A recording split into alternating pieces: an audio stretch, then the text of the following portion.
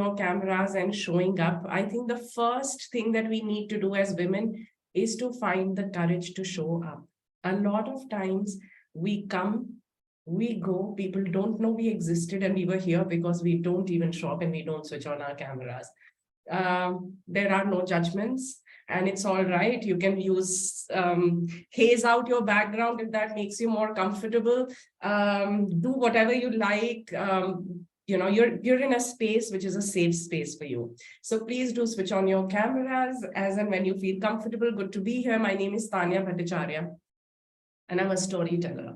I was born and brought up in Delhi, and the part of Delhi where I grew up, my entire family lived in a diameter of not more than 5 to 8 kilometers. I have very distinct and very happy, joyful memories of my childhood while I was growing up, because we were a very happy, close family.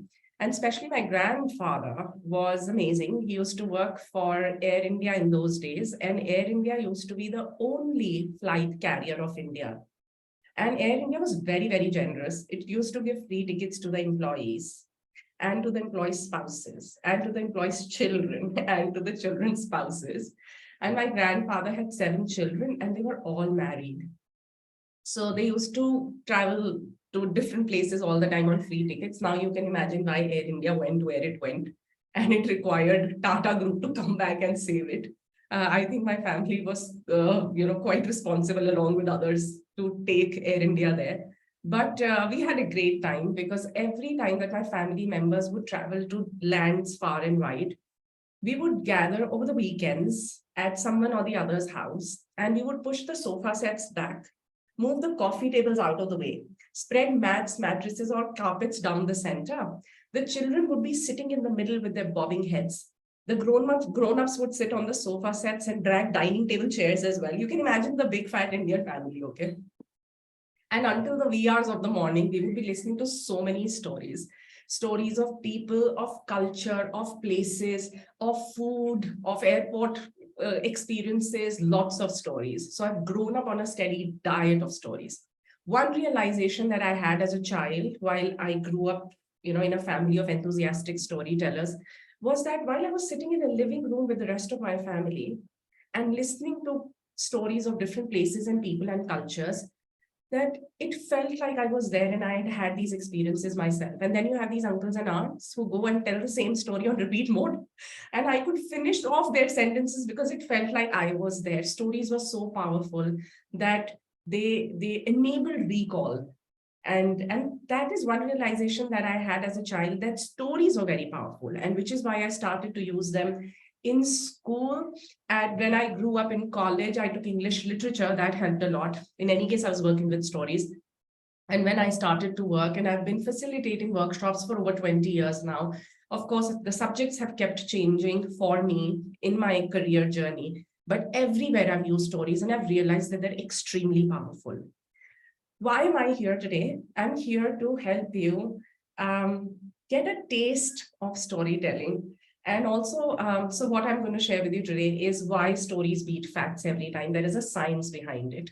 Then I will share with you what are the kind of stories that you as women, as empowered women, can start telling right away, and why must we use stories in our communication. In a 1-hour session, that's about it. And I'm going to squeeze in, as I promised Ramza, maybe a couple of techniques of how you can also actually wrap data into or numbers into a story. And it's an exciting space. So anyone who works with numbers or who has to ever communicate with numbers, you might find it very interesting. And even if you don't use it right now, it's a skill that you can build and keep in your back pocket or in your purse. It'll come in handy someday.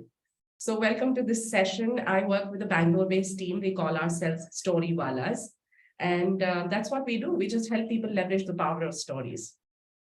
But before we go ahead, here is a bit of a test for you. I'm showing you some facts here. These facts are about yew bush and berries. Yew bush and berries are found in large parts of Europe and America and in some parts of Asia.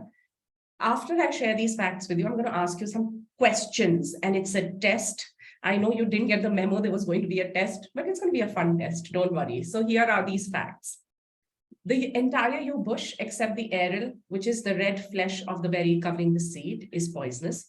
It is toxic due to a group of chemicals which are called taxine alkaloids. Yew berries may also cause death without any prior symptoms.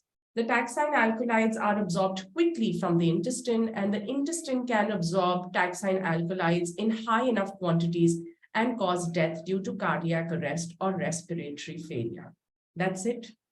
I just shared 5 facts with you. My first question, or the quiz question, is how many of you will remember what I shared with you in a week from now? No? Ramsa, now you know what happens when we share facts and when we share data. It doesn't really retain, which means that there could always be another way that I could communicate the same thing. Could you first tell me why did it not work for you? Give me quick responses, and it's okay for you to go off mute and tell me why did it not work for you? Why will you not remember it? Maybe couldn't recall back. And also your specialization is something else, Ramza, and I'm sharing Yes. some Something chemical different, strange. Yeah. It's a I topic don't know. that is not familiar to you. Very good. Somebody put their hand up and they put it down. Oh, it's boring. Dipanjali, my God, you're harsh. See, honesty, brutal honesty. It's Anyone not else? relatable. It's Couldn't not relate. Yeah, thank you. Yes, it's not relatable. You have no idea why I shared this with you. Too scientific, all facts. Okay, I'm going to try and do it It's better. all This theory. It's all theory, sentences.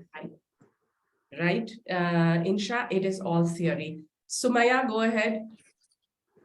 Yeah, there was no hook to it. Like, I am a writer myself, and we talk about hooks. So there was no hook. There was no attaching information to attach it in your brain. So we have experts in the house who have already rejected what I shared because she's looking at it from an expert's eye. Tanya, there was no hook. You have no idea how to present information. I'm going to try and do it better for you, Sumaya, so that you give me better marks. I'm going to check back with you if I score better, okay? After the second version. So I want to introduce you to this gentleman called Ben Hines. Ben Hines was 32 years old, and he had only 2 passions in life. One was gardening, and the second was playing the guitar. Now, Ben was someone that you would call a homegrown gardener. You know, people who are born with 2 green thumbs, whatever they touch, it just blooms and it blossoms and it flourishes. That's how he was. So when he was young, he started to help his mother in the garden, and the Heinz garden was glorious. Very soon, the neighbors noticed and they started to ask Mrs. Hines, what are you doing with your garden? It's just so brilliant. And she said, don't ask me, it's all Ben's doing. He's gifted, he's a natural at it. So they started to pay Ben to go to their gardens, and he started working in their gardens. Very soon, the entire neighborhood street was looking beautiful and lush green. When they had guests who came from other neighborhoods, they said, who's your gardener? And that's how Ben Hines became very popular, and people started to call him to their gardens as well. Now his popularity spread so far and wide that the local authorities found out about him and they approached him and they said, Ben, we have a challenging assignment. See if you want to take it up. There is a pond a few miles down from where you live, and it has been neglected for far too long, and it's in shambles, and it is not pretty at all. We were hoping you could do your magic and make it more habitable so that people from your neighborhood and other neighborhoods could go and hang there over the weekends for picnics. Ben got excited because he had never worked in wilderness before, so he took up that challenge. The next day, when he reported at the pond area, he worked with a certain patch which had a lot of bushes there and weeds. He cleared them out. At the end of the day, he stood there with his hands on his hips, very, very proud of his handiwork. It looked so pristine. He was just imagining that once he was done with, with this place after about a week, how families would come and hang there over the weekends for picnics with their dogs and children, with picnic baskets and juices and sandwiches, and that brought him a lot of joy.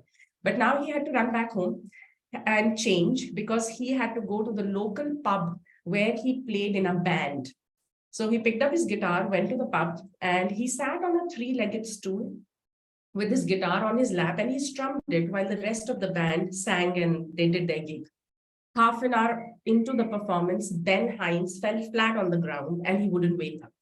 His friends splashed water on his face and he still wouldn't wake up. So they took him to the local hospital. Now the pub owner knew Ben Hines' mom. You know how small localities are, people know people.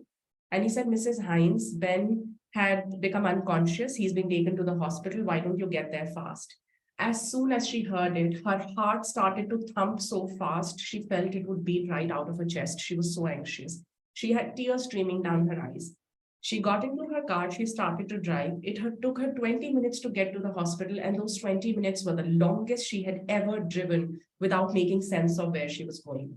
It was a surprise she reached there in one piece. At the hospital, she was made to wait for 10 minutes, and those 10 minutes were the longest she had ever waited for news.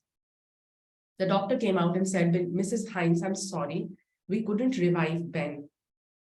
She looked at him blankly, not comprehending, and she said, I don't know what you mean. The doctor said he was already dead by the time he was brought in, and we couldn't revive him. She said, I still don't understand. So the doctor said, we don't either, which is why we have to conduct an autopsy.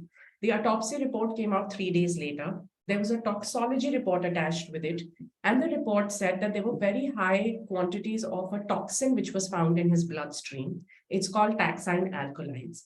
They traced it back to the pond site where he had spent the entire day clearing out the bushes. And let me show you what caused these toxins to enter his body. That day, Ben Hines worked with this bush and the berries on it. It's called a yew bush. The only part of the bush which is non-toxic is the red flesh of the berry, which is called an aril. Every other part of the bush secretes this toxin called taxine alkaloids. They are so lethal that once they find their way into the bloodstream, and if they're taken in very high quantity, then they get absorbed by the intestine. Once the intestine absorbs it, it can cause either cardiac arrest or respiratory failure. For him, it was a cardiac arrest. The funny thing is there are no symptoms at all when this chemical is doing its work. How did it find its way into his bloodstream? Hard to say, considering he was a homegrown gardener. He may have handled the bushes with ungloved hands. Maybe he had his lunch break and his snack break and ate without washing his hands properly, but the toxins were definitely very high in his body. Sometimes nature can be very pretty, but it can be pretty deadly. Why am I sharing this with you? Because, the world has opened up. People, the fear of COVID is gone. We are traveling. If you hear of anyone who's going to go to a place where there's going to be a lot of greenery and nature, please tell them to tread with caution. We have seen too many losses during COVID anyway. We don't want to lose any more people. Now, how many of you are likely to remember what I shared with you a month from now? You will? It's easier to remember. What makes this easier to remember? Yes. Why did May this I? work? Yes, please. Yes, please. Because it was a story. Every sentence, every moment, I could imagine as if Ben Hines was there and I'm looking at him and I'm witnessing the entire situation. Yeah, how wonderful. I'm also imagining the story. You're right, Yasmin and Ramza, because when you listen to a story, it has the ability to transport you. And you're like a fly on the wall. You're seeing everything pan out in front of your eyes. And here are the 3 reasons for why stories beat facts every single time. And this is a good time to make notes if you are the kind of person who likes to make notes. The first reason why stories beat facts every single time is because they transport you. They are like transportation devices. Stories are so powerful because stories are transportation devices. When somebody is telling you a story, and if they do a good job of it, they will transport you into that space, into that land with them. But I have a quick question for you now.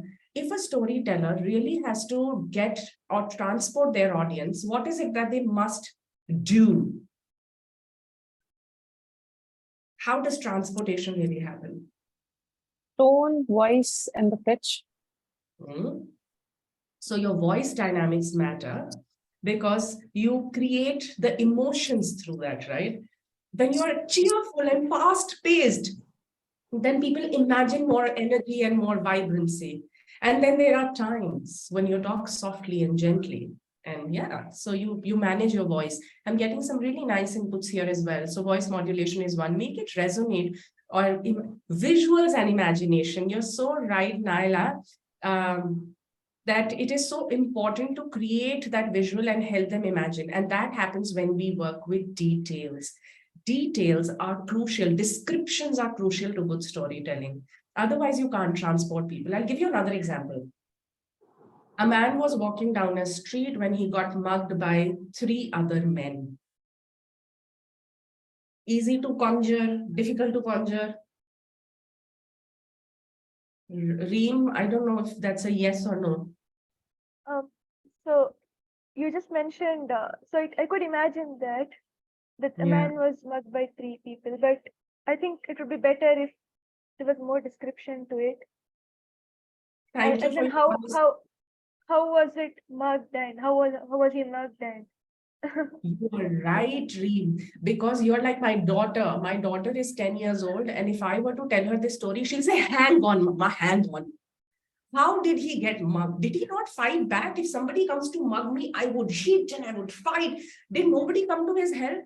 Because the circumstances are not clear. It's very important to give details. Now, if I were to say he was a 29-year-old man walking down a dark alley alone at about midnight, there were no street lights.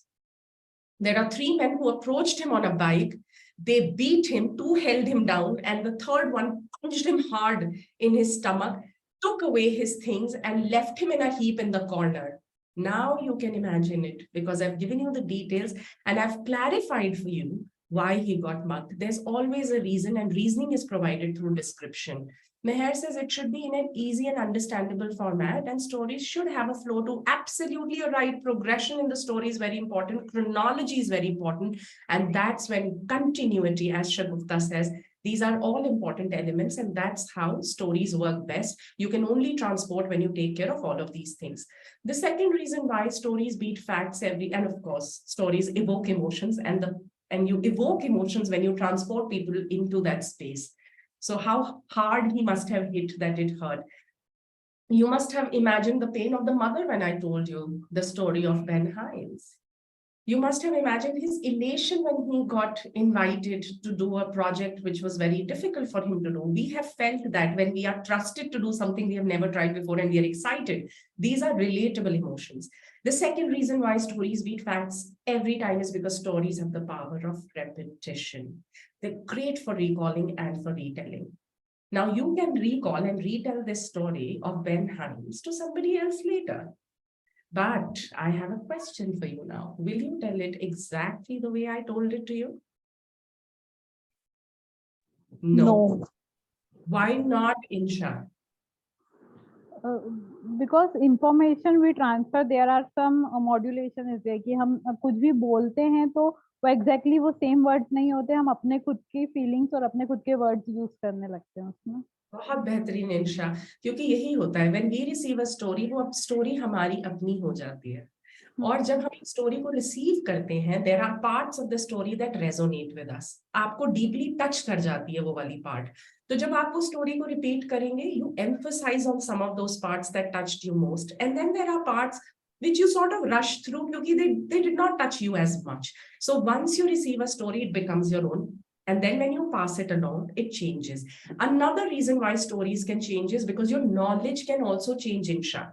From the time that you receive the story to the time when you repeat it, हो सकता है आपकी inquisitiveness और curiosity इतनी बढ़ गई हो topic के बारे में कि आप थोड़ी अपनी भी रिसर्च करेंगे, प्लस आप अपने पर्सनल एक्सपीरियंसेस भी उसके अंदर ऐड कर सकते हैं, which means कि from the time you receive the story to the time you share it with somebody else, there's a lot which has changed in you as a person as well.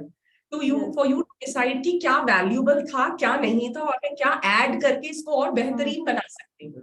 तो आपकी कहानी इसलिए भी बदल जाती है. तो एक रीजन है आपका, that you as a teller.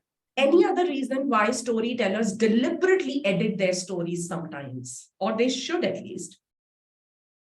Do you think storytellers also for any other reason should edit their stories and not repeat them exactly the same way? Hi, Yeah. Neha this side. I'm sorry, my camera is off. No worries. Maybe it is to bring out their perspective, their individuality in it. Your Hi. voice breaks down. Now we hear you, yes. Hi, hello. Yeah, so maybe it is to bring their experience, their perspective, which is very unique to each person. So that brings in that individuality in it. So it just changes any which way. You're right, Neha, but that's still from the perspective of the teller. I saw Can somebody I wrote, say something? yes, yes. I think the story changes with the audience as well. Like the audience you are addressing dictates the way you tell the story. You're right. Thank you so much. How do you say your name? Is that Joveria? Yeah, it's Chaveria. Thank you. Okay. Joveria, how beautifully said. Your story changes based on your audience. I'll give you an example. So my daughter, when she was about 6.5 years old, there is a beautiful Burmese story that found me. And I'm a storyteller. So I stood up like a performance storyteller and I started to tell her that story. Now, there was a section in the story which was a little gruesome and it had a little bit of violence in it. That section required for me to show her how there is there are 10 lashes that this guy is supposed to get because the king says you've done something bad, you should get 10 lashes. So I played it out for her. I said the first lash came down. Pop! The shirt tore and the blood oozed. The boy begged the king, Sire, please forgive me. I'll never do this again. But the king was relentless and he said, no, you have done something bad and you must be punished for it. I'm going to make an example of you. So the second lash came down heavy. Pop! The shirt tore and the blood oozed. She started to cry and she said, please don't tell me anymore. At night, my daughter couldn't sleep a wink. She crawled into bed with husband and me and she said, Mama, why did you tell me this story? I'm seeing blood everywhere. I had a very, very profound realization that, I watch so much of blood and gore in movies that my tolerance for violence is high up here. I'm used to it. I'm a grown up. But for her, it was too much to handle. Sometimes your audience doesn't need certain details because they're not interested in it. You have to find and adapt your stories based on who your audience is, what kind of details would interest them and would make sense to them. So if you are in a profession, if you're studying something, and this is the line that you have chosen for yourself, you're deeply interested in it. But when you're explaining it to somebody or sharing instances and stories, you must pick and choose, keeping in mind who your audience is and how best to tailor your stories to fit their world. And so that you don't, push them or give them something that is undesirable. So good storytellers edit their stories, even though the stories have the power of repetition. Go ahead and repeat your stories, but never repeat them word for word. Change your stories, adapt your stories. The third reason why stories beat facts every time is because stories have the power of complexity. Stories have the power of complexity. Facts are like parallel lines. When I showed you those 5 facts about you, bushes, and berries, weren't they like parallel lines? If you remember your geometry lessons, what is the quality of parallel lines? They never They meet. never meet. They never meet, they never intersect, which means that sometimes facts and information, which is not wrapped into a story, it could float around in the universe like disconnected ideas. Another thing that I want to leave you with, when a presenter or a speaker doesn't work hard, their audience has to work twice as hard to understand what they are saying.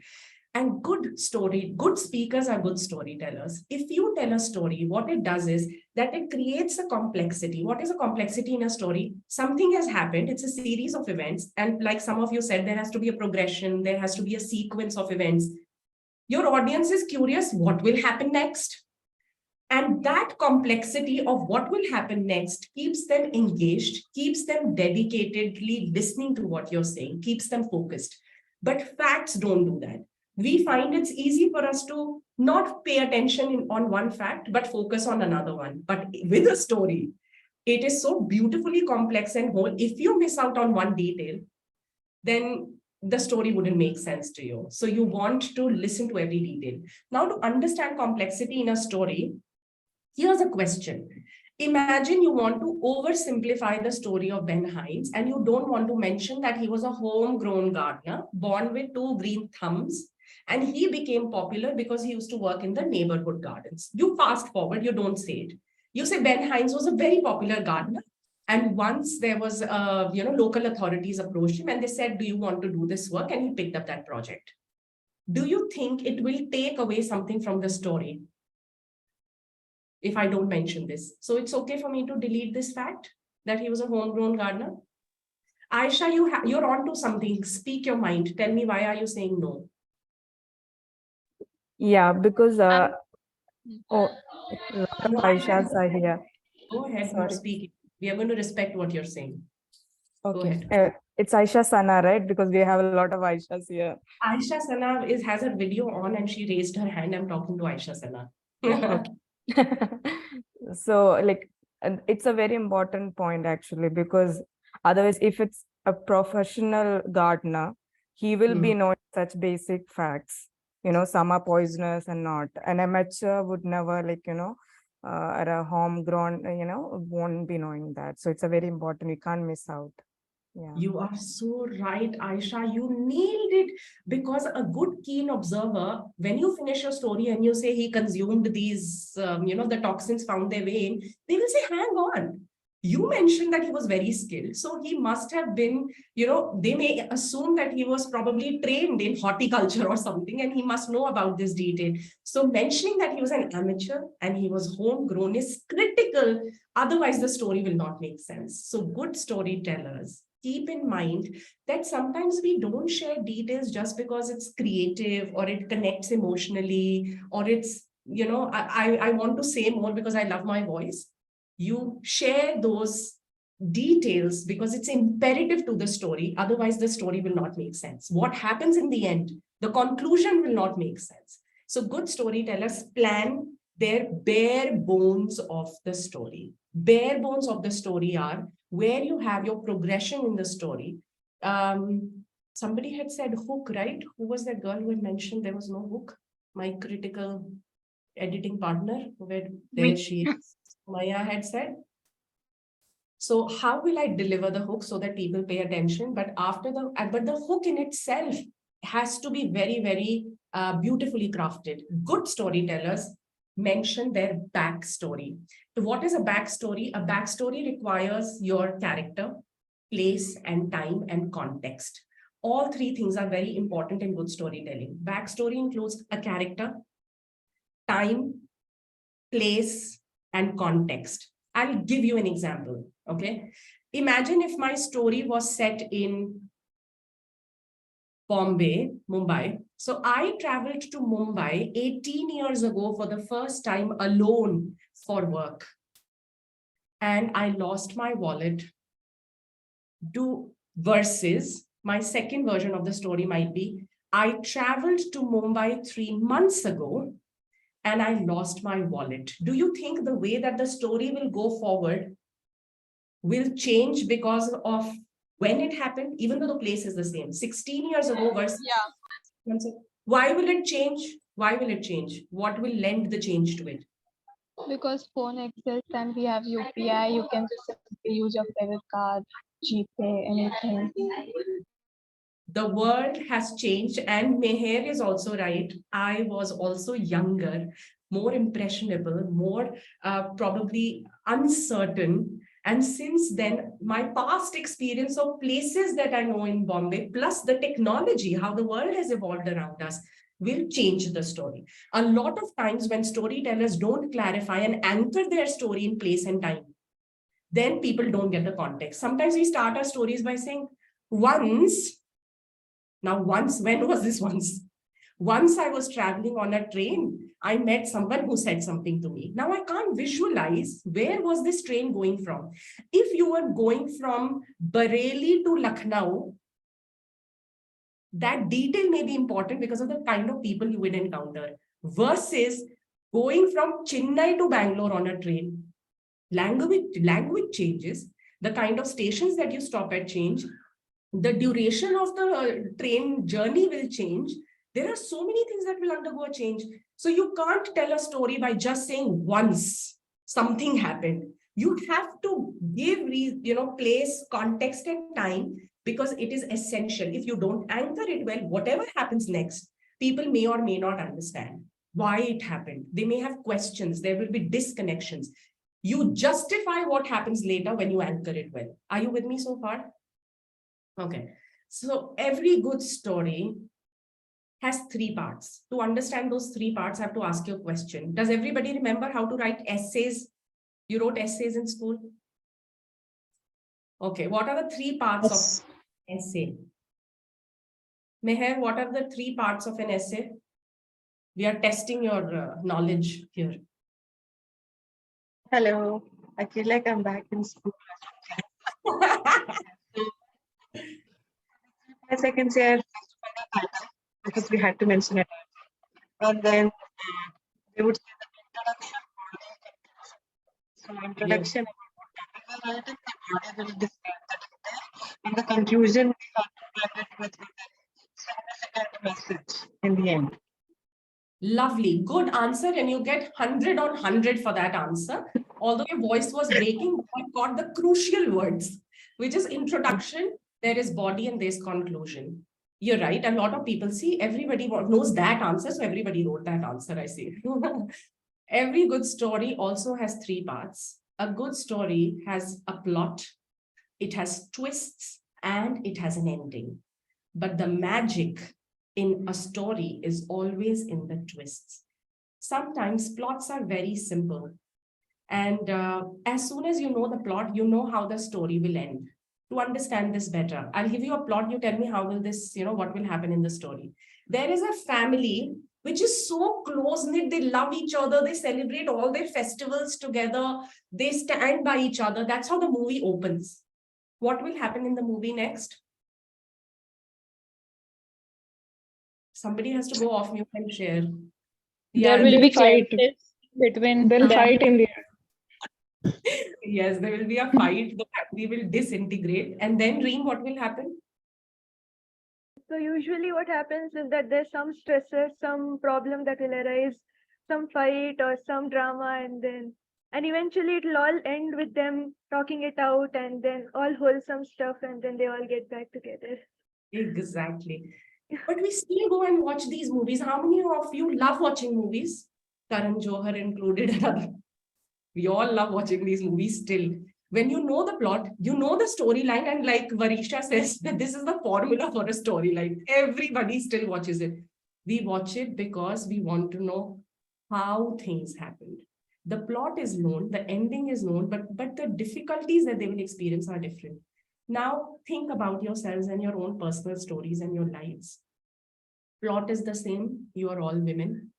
Plot is the same, you're all educated. Plot is the same, you're all out in the world trying to make a mark. Now people will expect an end, which will be, you want to grow, you have aspirations. Or, how did you get here? That, well, you applied for the job, somebody approved. But people don't know what the difficulties were that you overcame. All of us are on our own unique paths and unique journeys.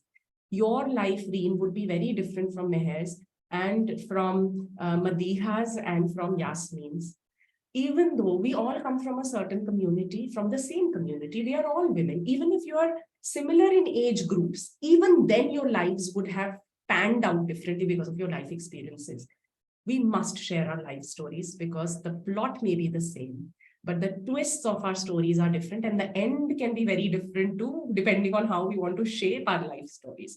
I still see a hand up. Aisha, go ahead. Aisha Humar, would you like to share something? Yeah, I said that. I mean, I already said that there will be a fight.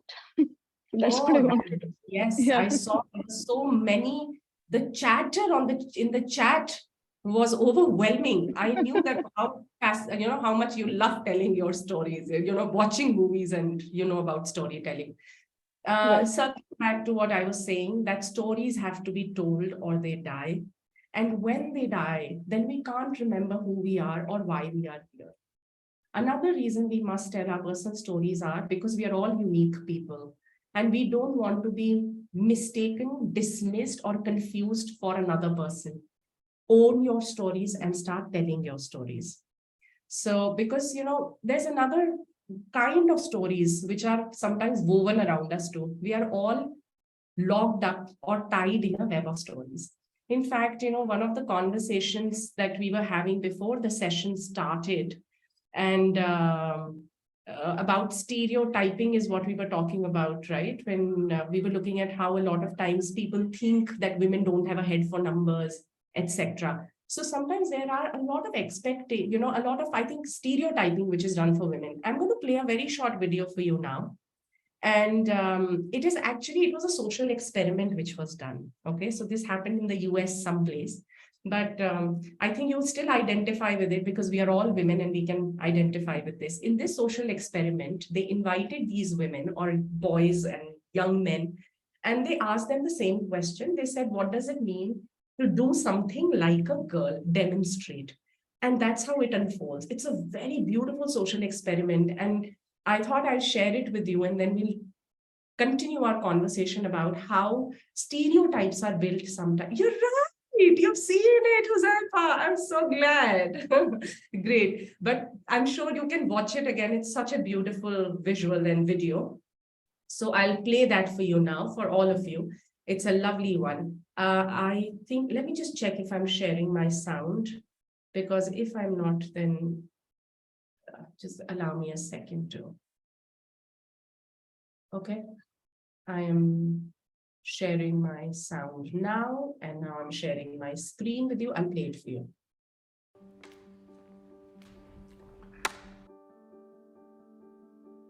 Hi, Erin. Hi. Okay, so I'm gonna just give you some actions to do. And just do the first thing that comes to mind. Show me what it looks like to run like a girl. My hair.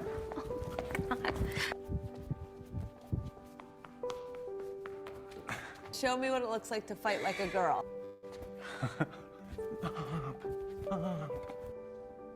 Now throw like a girl. Aw. My name is Dakota, and I'm 10 years old. Show me what it looks like to run like a girl. Throw like a girl. Fight like a girl. What does it mean to you when I say run like a girl? It means run fast as you can. So do you think you just insulted your sister? No. I mean, yeah, insulted girls, but not my sister. Is like a girl a good thing? Actually, I don't know if it's a bad thing or a good thing. It sounds like a bad thing. It sounds like you're trying to humiliate someone. So when they're in that vulnerable time between 10 and 12, how do you think it affects them when somebody uses like a girl as an insult? I think it definitely drops their self-confidence and really puts them down, because during that time, they're already trying to figure themselves out.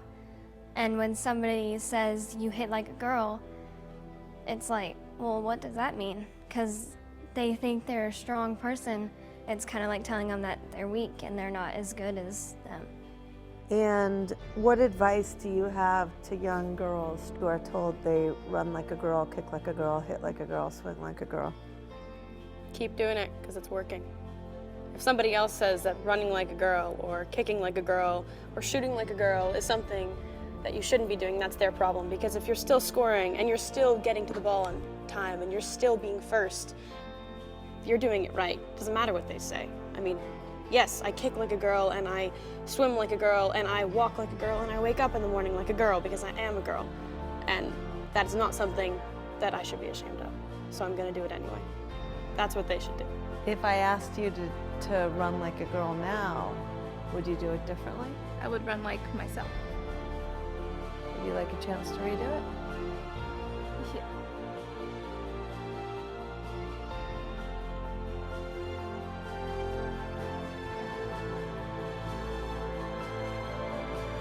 Why can't run like a girl also mean win the race?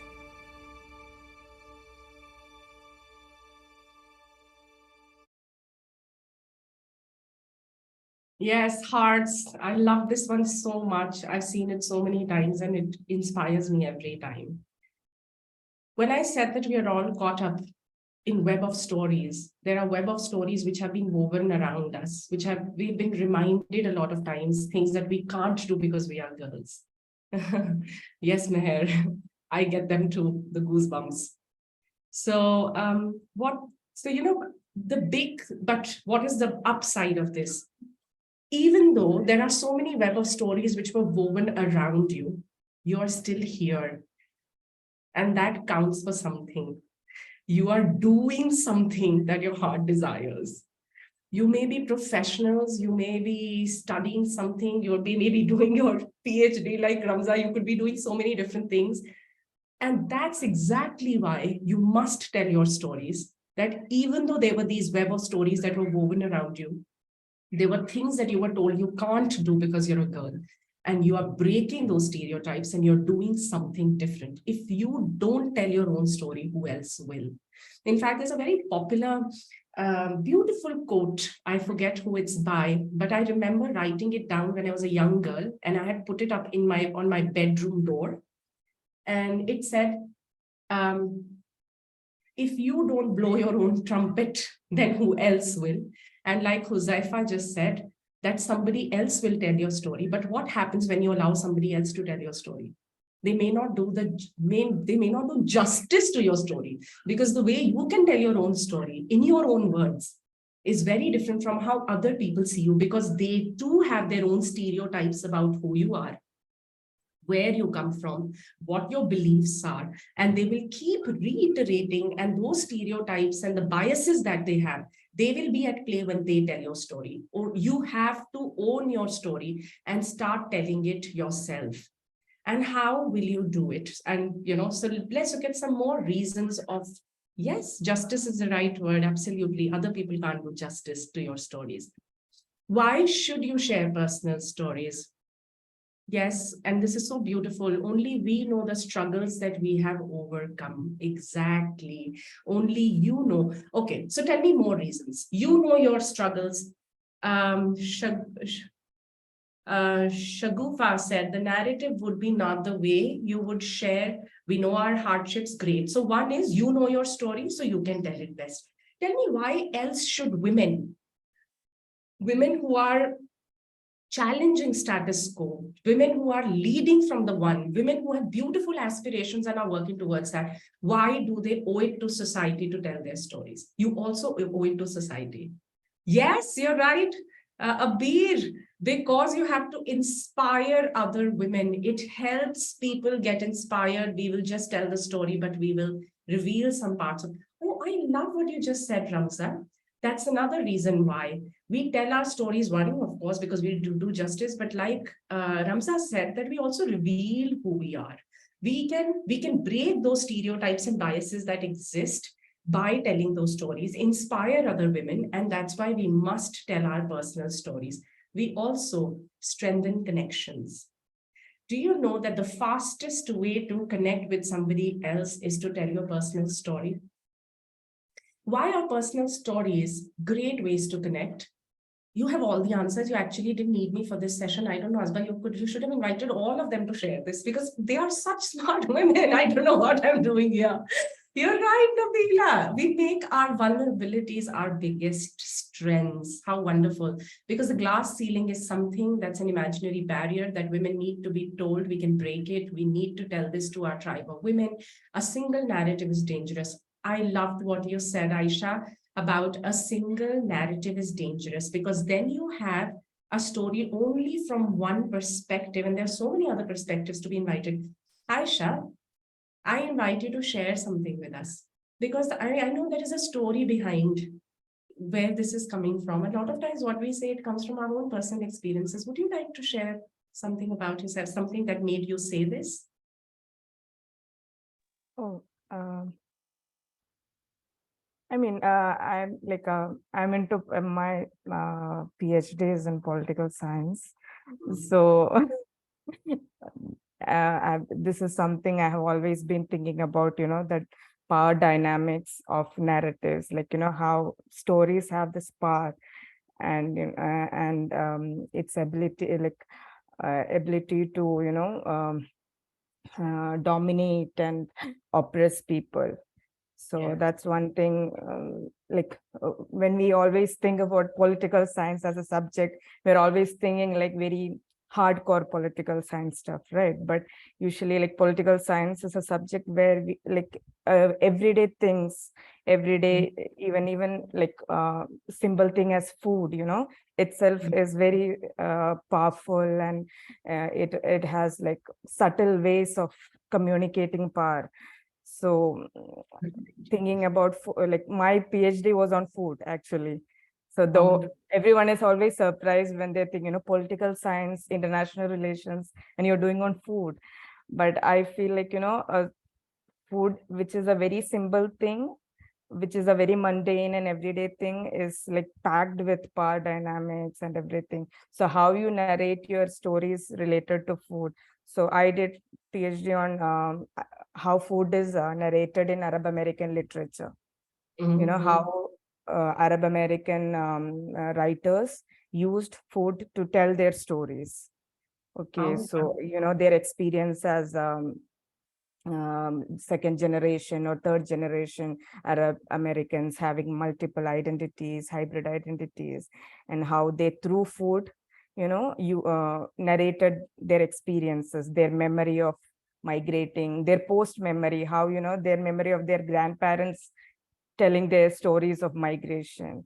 So yeah, so narrate like multiple narratives is something like, you know, in like my PhD was on US writers, American writers. So as a multicultural nation, US is, such stories are very important for the Arab Americans and their well-being too. So their writers actually, you know, focused on putting out these stories out there.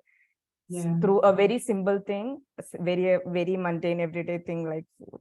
So this is something I keep thinking Right, about. Aisha. In fact, you know, there is a gentleman, he's no more. His name is Hans Rosling. I'm going to type that name in the chat window. You should watch a couple of his TED Talks. Okay, one of them is about population, and this is for everybody. You would love it.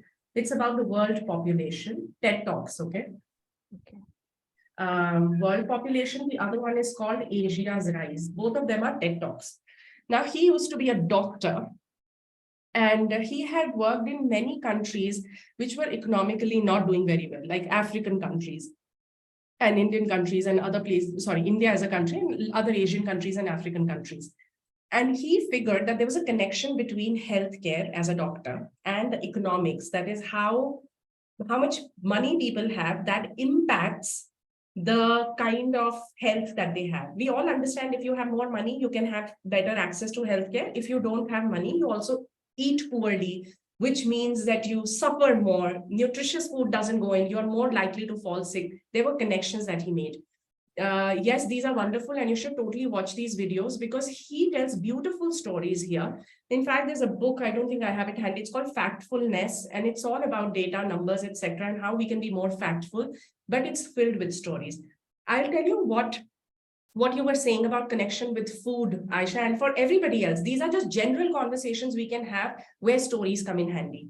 For example, because you mentioned politics and political science, of course, you were talking about food, but let me take another example that all of us as women would probably connect with. You know how sexual harassment is a big issue and challenge? A lot of women, or rather our families, don't allow us to go out, step out, do many things because they're worried about our safety. Have you heard the safety story at home? It's not safe for you to be out there. All of you must have heard it. We are all Indians. It's not possible that somebody or a man in your family did not tell you it is not safe, so you can't do something. So in fact, I'm going to now give you 3 narratives, okay? And you have to tell me which one will work better for, you know, for people to understand it very quickly. Let's say I'm going to go make a pitch to an organization and say that we need to put more safety in place or some protocols in place so that women feel safe to come out and join our university or join our, you know, office, wherever. But this is my pitch. The first way to say this is, Amnesty International is a human rights organization that had recently published some very shocking numbers. They said that 33% of women in India experience some sort of sexual harassment every day. If women don't feel safe, how can we expect them to step out and claim their place in the world? We owe it to them to create safer workspaces, safer colleges, safer transportation, so that we enable them to step out. Second narrative, Amnesty International recently published very shocking numbers. They said that 3 out of 10 women in India experience some sort of sexual harassment every day. It could happen when they're taking public transport or company transport or college bus, university special. But the man sitting next to them continues to brush his thigh against hers and refuses to remove it. She can experience it when she gets into the lift and or out of it, and someone brushes past her and mumbles something incoherently, which sounds vaguely obscene. It can happen when she's getting herself a cup of coffee or chai or maybe lunch in the cafeteria, and someone wouldn't stop staring at her. It can happen even in a virtual setup where a well-meaning classmate or a co-worker sends a message on WhatsApp saying, "Hey, beautiful, I haven't seen you in days. Why don't you switch on your camera?" It can happen in so many different ways. And which is why if we want women to come out and claim their place in the world, we owe it to them to create safer spaces. Here are 3 things we can start doing now to make the world safer for women. My third narrative, Amnesty International recently published very shocking numbers. They said that 1 out of every 3 women in India experience some sort of sexual harassment every day. What are the odds that between my house and my neighbors, one of us is going to experience something which is going to leave a bad taste in our mouths? We are all women here, and we all understand that a lot of times we don't even confide in our fathers, husbands, brothers, colleagues, because if we tell them that something happened to us, they will say, "Quit your job, sit at home. Abhi khila sakta hu, I can feed you." And they will ask us to quit our jobs. There goes our educational qualification, there goes our aspiration, which is why we don't even tell till it becomes so difficult that we can't handle it. But why wait for things to become that difficult? We owe it to our women to create a safer world. Here are three things we can start doing now, blah, blah, blah. Which one works better? 33%, 3 out of 10, or 1 out of 3? Which one? 1 out better? of 3. The second one. Is the second one, but for some people it is 1 out of 3. For some people it is 3 out of 10. Now it's interesting that all 3 of them are exactly the same. If you look at, if you were to put it on an Excel sheet, 33% is equal to 3 out of 10 is equal to 1 out of 3. But our mind processes numbers very differently, because 33%, what does 33% do for you? 33% seems like, where are these 33% women in India? Meher? 33% is like maybe like a quarter, not even a quarter, little more than a quarter of women. So I don't know how else to define. Exactly, where are they? They are somewhere far away. They're not here. These 33% women could. It's very easy for us to reject it and pretend it's really far away, because 33% is not so close and personal. But when I gave you examples and I said 3 out of 10, and when I said 1 out of 3, it was more relatable because I showed you the rear view mirror. You know how in cars and bikes there's a rear view mirror? It says the objects that appear in the mirror are closer than they seem. Now, every time that I convert a percentage into a whole number and I power it with a narrative which is more relatable, like some of you said, the second version worked better for you because it had more incidents that were described, like Meher says. And, 1 out of 3 worked better because for some of you, it may have resonated when I said we don't even tell our husbands, brothers, and fathers, because they will say, "Quit, that pe baith jao."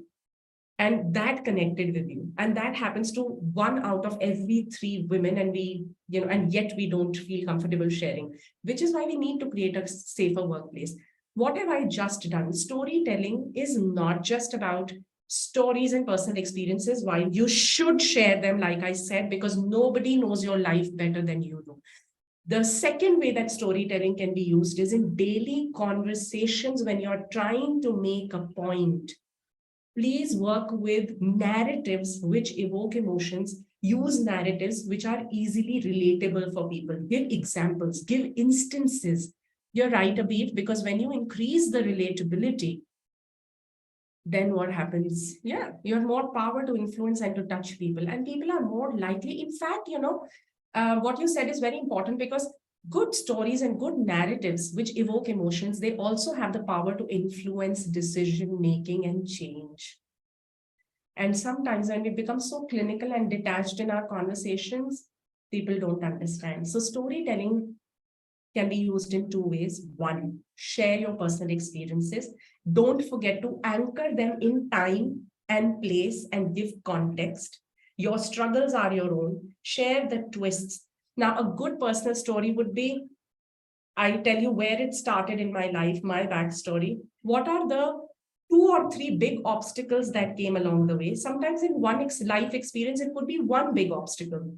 But how did you resolve that conflict? Was it an internal battle or something that you did on your own? Or did you have an advocate in your environment? You know how sometimes our uncles and brothers and mothers or sisters, they become our allies. They are the ones who back us. And they say, no, I am going to stand next to her. Give credit where it's due.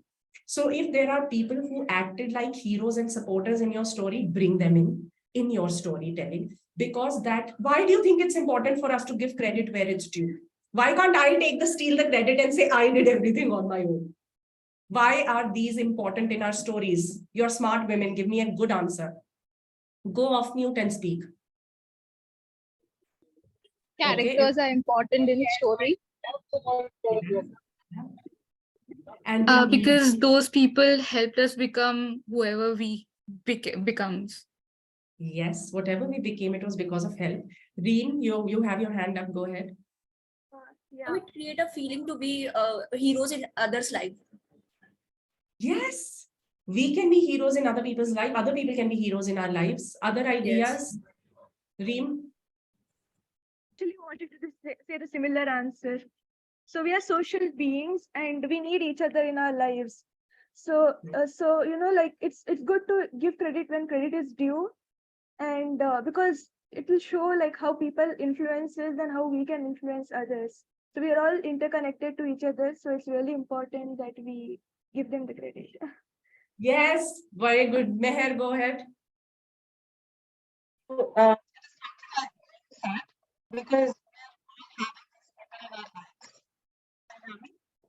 your voice keeps breaking, Meher. I'm so sorry. And we have a hard time hearing you type it. But I've got some beautiful answers. Amina just said to make people believe that there are real life heroes. And some Ramsa had said collective action and inspire to support others. You want to give, sorry, Asba, you have your hand up. Please go ahead. I guess if we give credits to others, it motivates them also to play more and more for others as well. You need examples. Asba, you're so right. Because if I don't tell people there is somebody who enabled change for me, these stories give, inspiration to other people who are in similar roles. When you tell a story of one mother standing by her daughter, it's an inspiration for other mothers. When you talk about a brother standing by her sister, it's an inspiration to other brothers. Hey, I can do it. I'm not helpless. My sister doesn't have to do the fight on her own. If you have allyship stories, please tell allyship stories. They're very powerful because the only way to inspire change is to tell more stories. The second thing that I spoke to you today was about the fact that, engage people in narratives. I gave you one example of how data can be converted into number. It may or may not be relevant because you're probably not working with data. But what you can personally take back from here is share instances, make it vivid for people, transport them that how does it play out. So if Aisha has to talk about food, what you eat shows what your economic status is. There are people who are eating plain roti with hari mirch and namak versus somebody who has gosht every day. Economic statuses are at play. If I don't share instances and give examples of people, so persona stories are wonderful sometimes. If you don't know a real person, say, imagine a person who does this. So in daily conversations, you can create personas. You can talk about a Shaheen. Imagine a Shaheen who's 23, who has aspirations. You can talk about that. Or you could talk about a Shahina who comes from somewhere else. So you can do comparisons as well of two women who come from two different places and how they're dealing and battling with things. It could be so many things, but find a persona if you don't want to share a real person's name, because sometimes, see, a good story is still good in parts. If you don't have you're not at liberty to share somebody else's name because they might mind disclosing their identity, you can just say, I knew someone once, or you could just say, imagine a Shaheen or a Shahina. Yeah. And I know we are at the top of the hour, but do we have time, Asba, to just have a conversation now, take some questions, maybe chat a bit for 5-7 minutes? Do we have time for that? Yeah, we can, if you are okay, like you are Okay. taking out time, so yeah. I don't mind. If there are any thoughts, reflections, or questions, happy to have a conversation with you. Yeah, go ahead, Nafisa. Hello. So the thing is, I just want to reflect on something about, I think, the Karishma Mehta, the first human of humans of Bombay. So she's the thing, she's a classic example of the thing that people are interested to hear our stories. Like, or Indians, तो हम लोग gossip में बहुत, like, we are so curious. But then after this many years, what keeps her like on the top of this thing is that she, the way of narrating the story, each and every story is so relatable that we feel कि हाँ मतलब एक local watchman या एक local policeman या एक top worker है, मतलब उनकी हर एक story क्यों different होती है. So that is the thing, whatever you say, कि place, context or emotions. So these are the things. What you said, whatever you like, एकदम जो आपने डिटेल में हमको बताया, तो these are the things कि मतलब every story को वो एक perspective कैसे देते हैं और कैसे मतलब everyone is liking the each and every story. So that is the thing which makes like the story is so important to, like, एक चीज को आप ऐसे ही बोल दो and एक उसको like web of stories आपने जो बताई, तो उसको आप मतलब कैसे you can differentiate from others.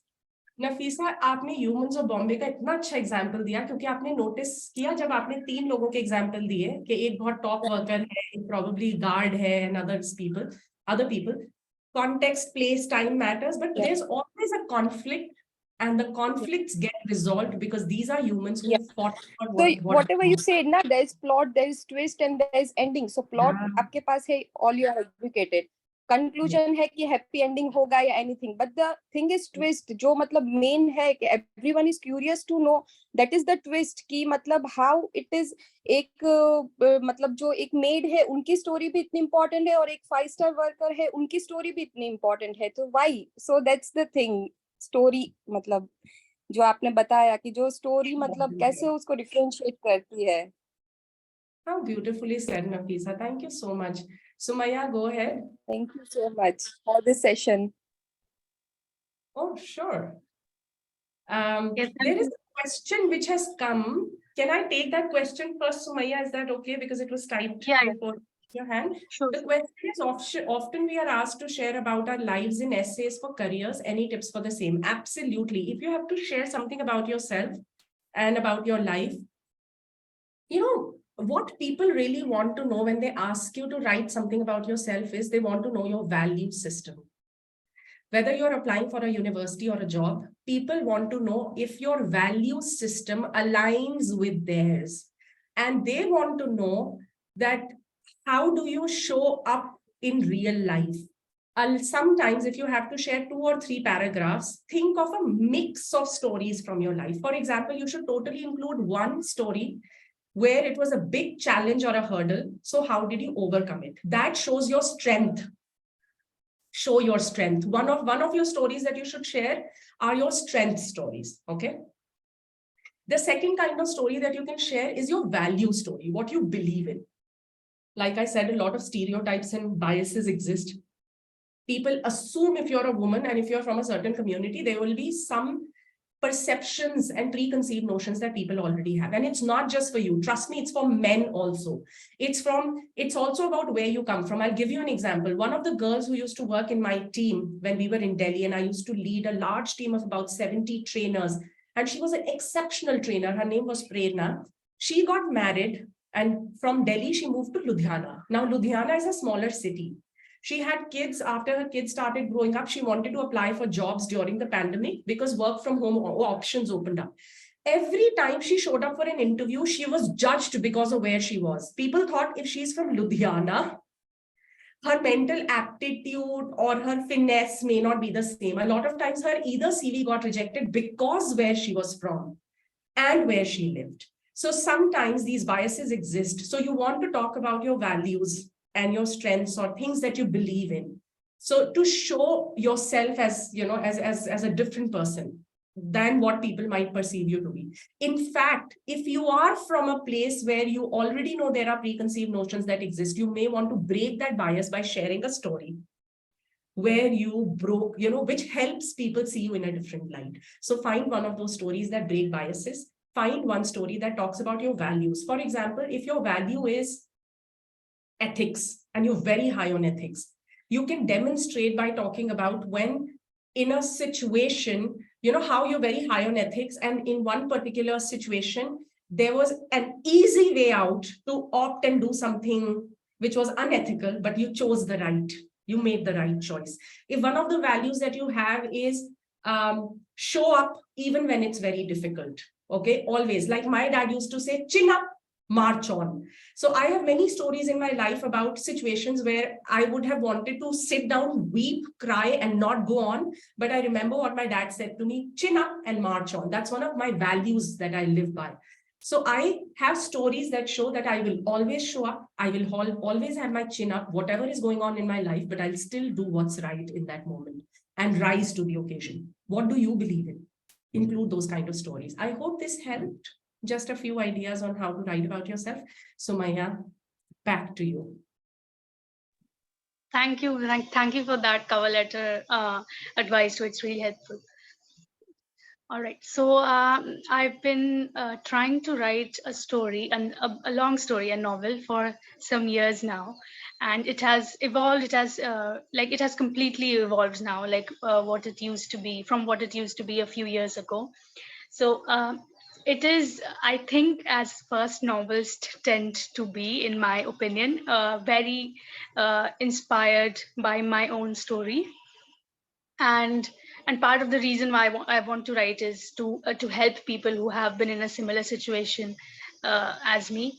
But yeah, my question to you is, how do I write it? Because every time I think about it, I get triggered and I get into these dark places.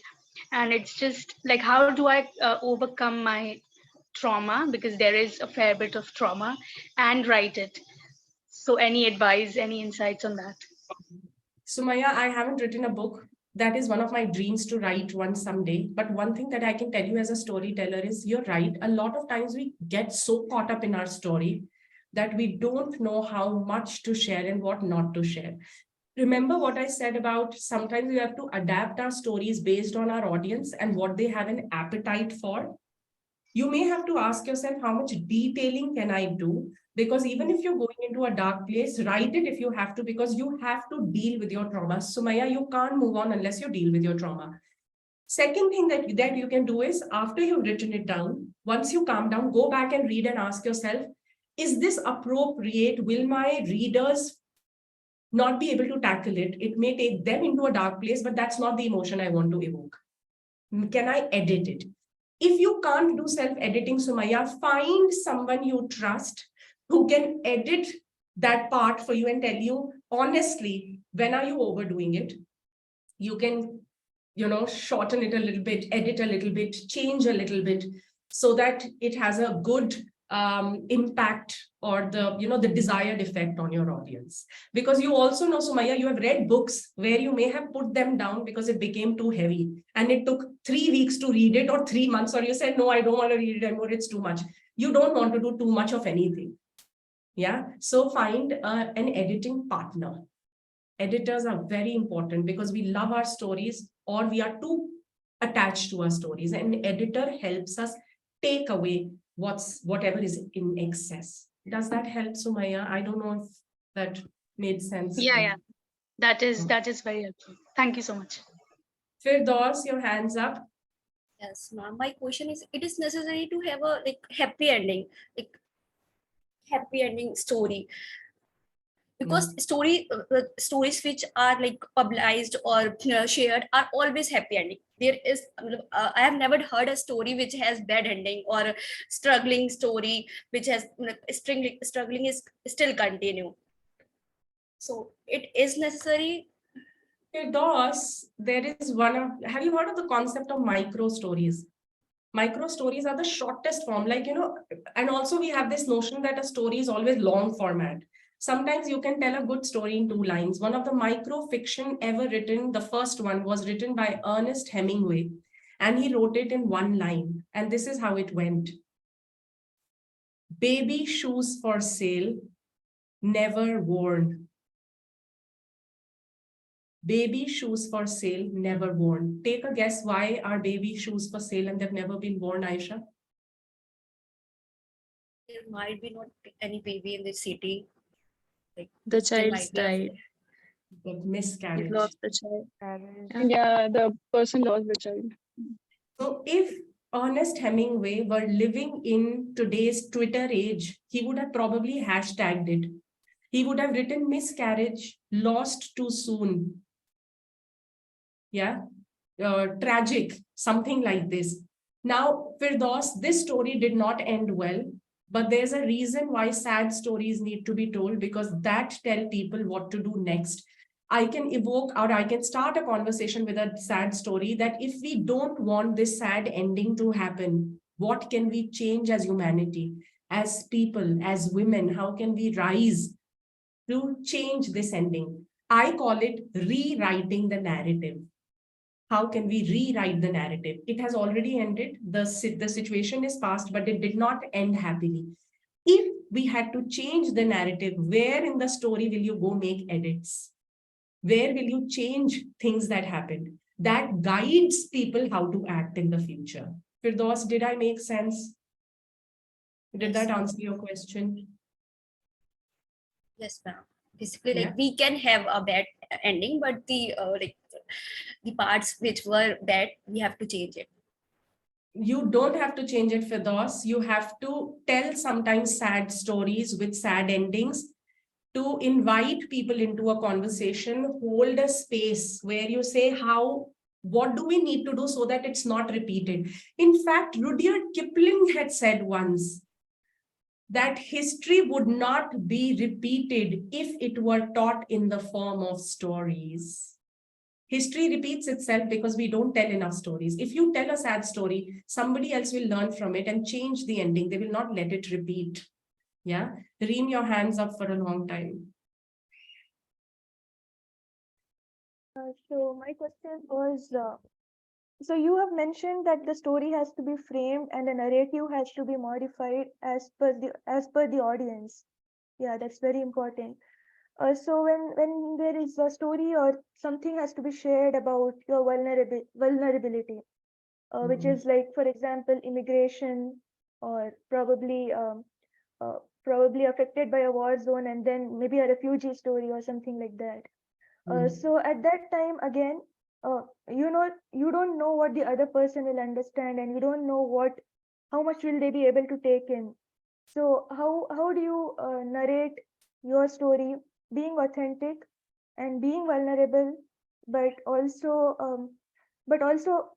making the audience understand, because it might get too much, because these stories of refugees and all those stories are going to be really difficult for people, probably in well-developed places where they have never seen or understood such situations in life. So how do you express those vulnerability, being authentic but also Glad you asked that, Reem, because especially when you have to tell stories of difficult pasts, like Firdaus was also saying, and that, and like Sumaya was talking about a trauma.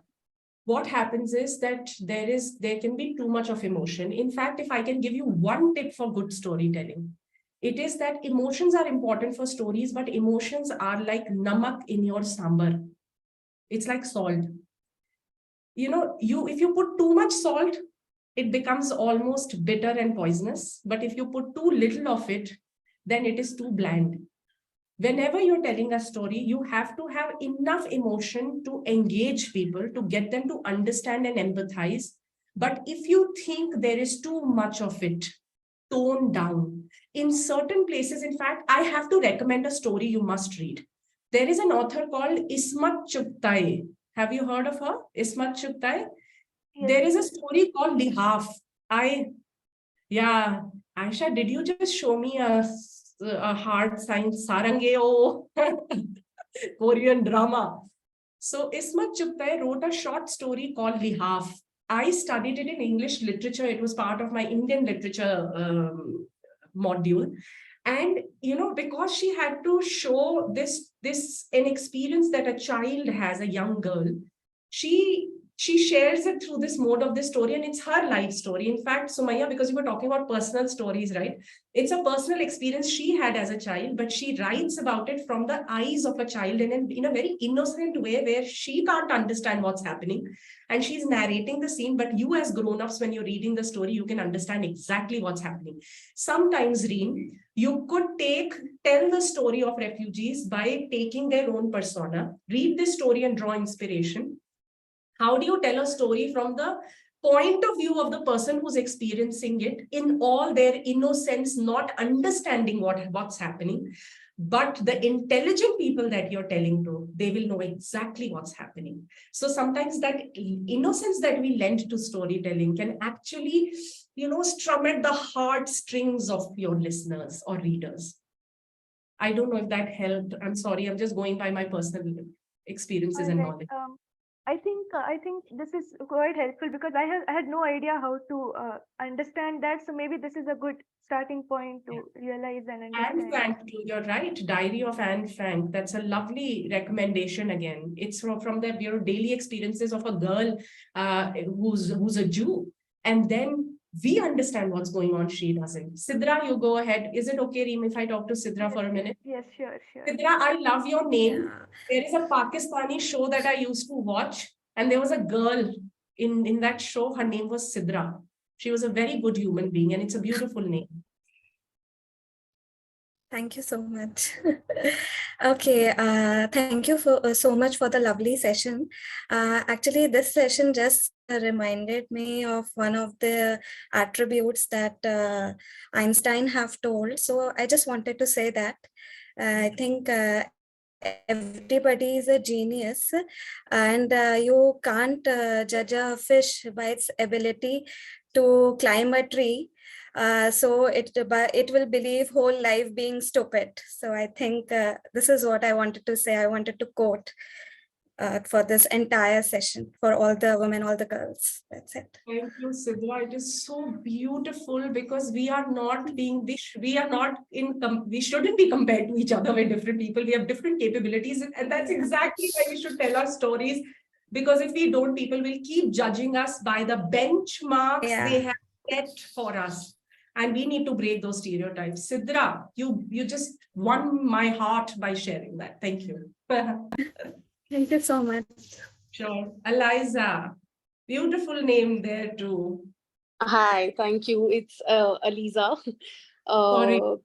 No, that's completely all right. I have two questions now. First, because we're talking about storytelling and you mentioned the Pakistani show, I would like to know which show you're talking about. I think that was Zindagi Gulzar Hai. I thought as much because I think the main character's sister's name is Sidra. Yeah. The three sisters, the oldest one is Sidra. Yeah. Yes. And my second question is, in my personal experience, what happens is when people tell me to share stories, especially in interviews or when I meet new people, it becomes very difficult for me to recognize my own stories, probably because I do not give enough credit to my achievements or my struggles as much, and I don't look at them as stories in the first place. So how do I change that for myself and first form a story and second be able to narrate it as well? Lisa, that's a very interesting question, and you're so right. A lot of us think, is my story even interesting enough to be told? And who would be interested in listening to or reading my story? And what I can give you a tip. I'll make it like a formula for you to go through. Okay. Look at your early years, from about 5 years to about 12, 13 years of age. उसके पहले की memories तो सब borrowed memories हैं. जब mummy बताती हैं तुम 2 साल की थी तुमने क्या किया, तुम 4 साल की थी तुमने क्या किया, वो तुम्हारी अपनी मेमोरी नहीं है. Your memory is when typically 6-7 साल की उम्र से फॉर्म होनी शुरू होती है. 6-7 साल से लेकर 12-13 साल की उम्र तक का अपना आप पहले अपना लाइफ स्पैन देखिए. उसमें देखिए which are some instances that stood out for you. Sometimes you will realize who you are today and some of the beliefs that you have, they were ingrained बहुत कम उम्र में. आपको एक एग्जांपल देती हूँ. कल ही मेरी एक फ्रेंड से बात हो रही थी जो कि एक बोर्डिंग स्कूल में बड़ी हुई और उस बोर्डिंग स्कूल में सारी क्रिश्चियन नन्स थी. So she was always told how to sit demurely by crossing her ankles, and she was told don't put one leg over the other, that's not ladylike. So she always sits with her, with her ankles locked sideways like a princess, because she was always told to sit like this. So sometimes how to sit, how to eat, हम कब बाहर आ सकते हैं, किससे बात कर सकते हैं, किससे नहीं कर सकते, हैंडशेक नहीं करना है. There are so many things that we are taught at an early age. So think of some distinct memories or some behaviors that got formed because of those experiences. But there are also good, beautiful experiences. उस time पे होता है आपका first time you realised you have a love for dogs और pets और cats और whatever. The first time you rode a bike, because it must have been, a bicycle at that time. How did it make you feel? Feeling of liberation. क्योंकि पहले mummy के चुन्नी से जितना खिंच सकता था वो आपका दायरा था. एक जैसे हम पल्लू से बंधे थे. जब साइकिल चलानी शुरू करी तो मम्मी ने कहा गली के अंत तक जा सकती हो. So suddenly you feel that you are more free. And how did it feel to taste that freedom? Sometimes there are early experiences that leave a mark on your mind and how you feel. Then look at your rebellious age. जब हम teenagers बनते हैं ना, तब हम कुछ चीजों को और अथॉरिटी को क्वेश्चन करना शुरू करते हैं. यहाँ पर हमें पता लगता है हम थोड़े अलग हैं. हम हर चीज सुनने को तैयार नहीं है. आप चैलेंज करते हो authorities. And you are sometimes also confused, or sometimes you doubt yourself. Self-doubt comes because some people look different than you, they talk different than you, they come from different families, and they become more aware of it. College happens, तब हम और थोड़ी हमारी जिंदगी खुलती है, लोग हमें दिखाई देते हैं. So look at all these experiences. Trisha, I can't have juice. So sorry. It came down. Yeah. She wants to say hi. Saying hi. Come here and quickly say hi, because you can't just say hi and not show your face. That's my daughter. She's saying hi. And Hi. Okay. She's so famous. Yeah, go. She said I'm Trisha and I'm famous because she showed her face. Yeah. Okay, so sorry. We were talking about something. So section your life, look for distinct experiences. You will have a lot of firsts that show up during your that phase as well, when you're teenager. If you're working right now, look at your experiences at the workplace. The first time you were made to realize something, good or bad. When you were in difficult situations, I think it's easier to access in the last 10, 12 years. Some difficult situations, how did you overcome them? You may feel, Aliza, that you're the only, that it's not, maybe it wasn't difficult enough or it's so mundane, but somebody else may need to listen to your story to find inspiration. You can help other people break barriers by talking about how did you deal with the situation. So go and start collecting these stories, create a bank of stories, because I promise you, Aliza, they will not come to you suddenly when somebody says, apna experience, apni life story batao. You'll be like, हाँ, इसके बारे में तो सोचा ही नहीं था. So create a bank of stories, okay? And start. Sumaya, go ahead. Sorry, I have another, it's not a question, it's a request. I don't know how welcome it would be, but I'm just going to go ahead and make it. I feel like it would be shared by other people who are like just keen storytellers like me. Would you be open to holding a workshop for us like sometime again? Because I think we all need to learn, we all have a lot to learn from you, and this session is already like over time, and I feel like there are so many more questions that need to be asked and like exercises that need to be done. So yeah, I'm just going to put it out there. Yeah. I think that's a brilliant ask, Sumaya. In fact, I always feel 1 hour is too less to talk about storytelling. So we should, and if you guys are okay, we could probably, Asba, plan a 2 hour or a 3 hour workshop where I can look at different types of stories. We can do breakout rooms, get you to practice, give editing advice to each other. We can do it in a workshop format in a slightly longer duration, or maybe 2 hours. If you think 3 hours is too much, we could do a couple of hours, and we can even do it on a Saturday or a Sunday if all of you are working and evening may get too much. You guys figure it out and you let me know. I'm always open. In fact, I volunteered to Asba beforehand and I said, you can't call me for one conversation, Asba. I am going to keep coming back because there is more work to be done. And you can just give a taster of storytelling and let go of me. So I was going to impose myself on you, Sumaya. That's so wonderful to hear. I was like, okay, I don't know if how welcome this is going to be, but it's lovely to hear that you have a positive perspective on this. Sure. Aisha, go ahead. Yeah, so I just have a small question here. People say to, share us their stories. I mean, in most of the platform, like in interviews and everything, but then some people say, okay, don't just talk about your identity, talk about more, like we being Muslim women. Talk more about yourself. I mean, some people say that your identity is not everything. So how should we say about identity or not? How is it? Yeah. It's interesting. It's an interesting question. And I think, Aisha, I don't want to jump the gun and say something prematurely without understanding, because I think questions also come from a place of having certain experiences. I think it's a deeper conversation we need to have. Right. But what I can tell you now, we can have a deeper conversation at a later time. But what I can tell you is that if you're preparing for an interview, like I said, if you ever have to write something, the same answer applies, that look for what do you want to show beyond, although your identity is your own and you shouldn't be made to feel bad about it. So own your identity. And sometimes you want to show your strengths and how you have fought battles of your own to be where you are. That goes to show how strong you are, which means you will continue to fight battles to prove yourself. Let me leave you with one example. Okay. You guys have got a Flipkart. People must have used Flipkart to order stuff. So Flipkart is an organization which was, of course, now they have an IPO, etc. But it used to be a startup at some point in time, and they were hiring a lot of millennials and youngsters.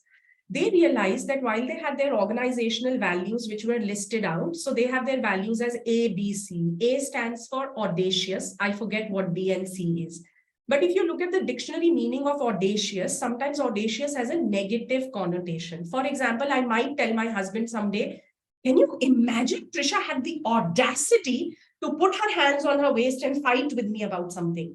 Which means that I mean audacity in a way where she's challenging authority and not in a good way, when she shouldn't. But when an organization has a value, which is audacity, then how do you explain it? People can misunderstand it. So they invited their employees to share their stories of where they have displayed audacity and the stories that fit the bill to clarify what that value meant. One of such stories was put on their website. I don't know if it's still there or not, but I'll tell you what that story was.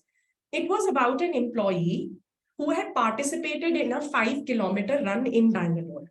When he started the run, he couldn't complete it. He was huffing and puffing. He was not in the physical condition to complete it. So he sat down, wait for his friends. His friends completed their 5-kilometer run. When they came back, they were all getting pictures clicked, in the typical way of putting their, what is that called? The medal, biting it kind of thing. They said, come and join us, picture to khichwa le. He was so embarrassed. He said, no, I didn't complete it. I won't. In fact, he was so impacted by his own physical state that he had the audacity to challenge his physical condition and start training himself to build his strength.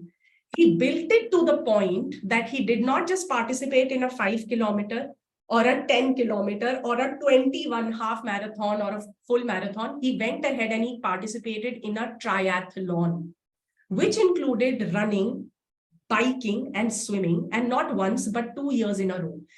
This shows the value that when you have the audacity to challenge your limitations, now you know that a person who challenges his limitations, how he will show at work every time. He will always have the audacity to challenge himself and say, how come I haven't been able to do it? I'm going to complete it. I'm going to become better at it.